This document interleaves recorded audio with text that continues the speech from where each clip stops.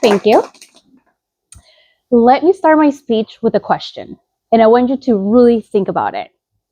When you were a child, what was the first thing you were told when you were misbehaving? Really think about that. What's wrong with you? Maybe you were too loud. Maybe you asked too many questions. Maybe you couldn't sit still or felt things too deeply. Now, here's the real question. Did anybody ever ask why? When you were growing up, if a child couldn't sit still, what did they call it? ADHD?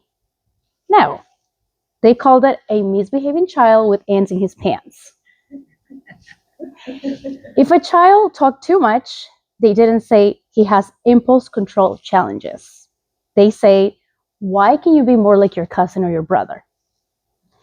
And if a kid was sensitive, overwhelmed, or emotional, they weren't experiencing sensory processing differences. They were just too dramatic.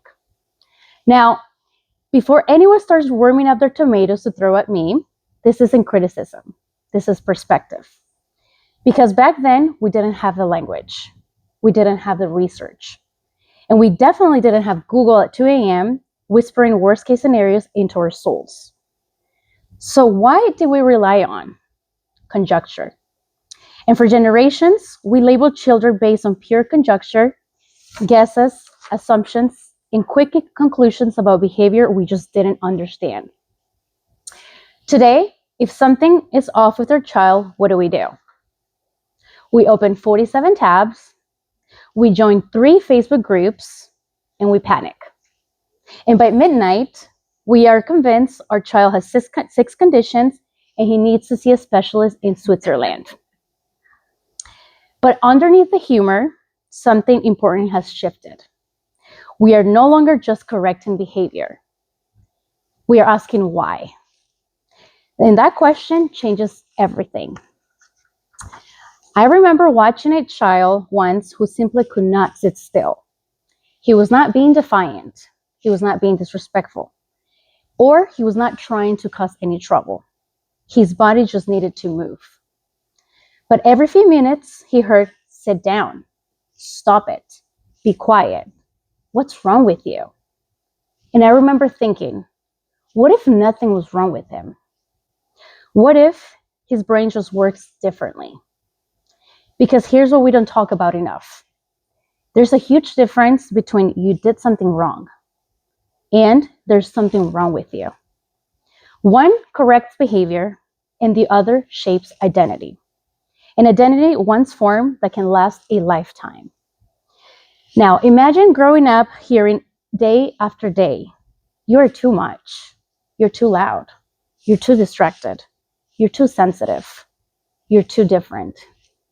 Eventually, you don't just change your behavior, you shrink. You second guess yourself. You apologize for existing. You learn to mask, not because you want to, but because it feels safer. And here's the heartbreaking part. You don't just stop being who you are. You just stop believing that who you are is not okay. But here's what we're learning now. The kids who can't sit still, sometimes they grow up to build companies. The kid who talks too much, they become leaders, teachers, and speakers. The kids who feel everything so deeply, they become the most compassionate adults in the room. Maybe the traits we tried so hard to quiet were not problems at all. Maybe they were strengths, just misunderstood. And maybe awareness, it's progress. And I'll be honest with you, my work around neurodiversity didn't start as a business idea. It started as a necessity.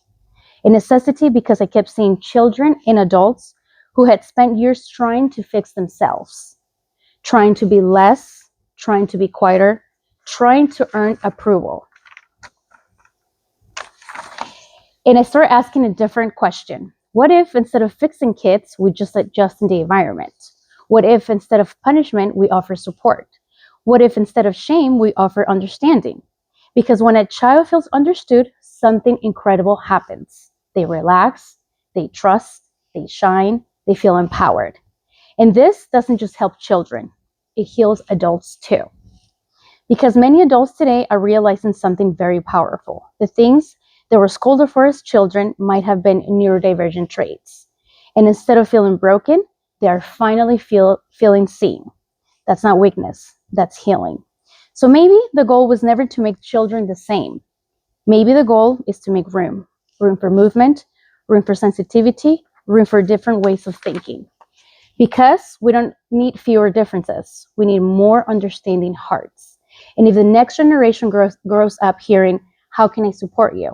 Instead of what's wrong with you, that might change everything. And we might just have a more understanding, loving, respectful, and compassionate world. Thank you.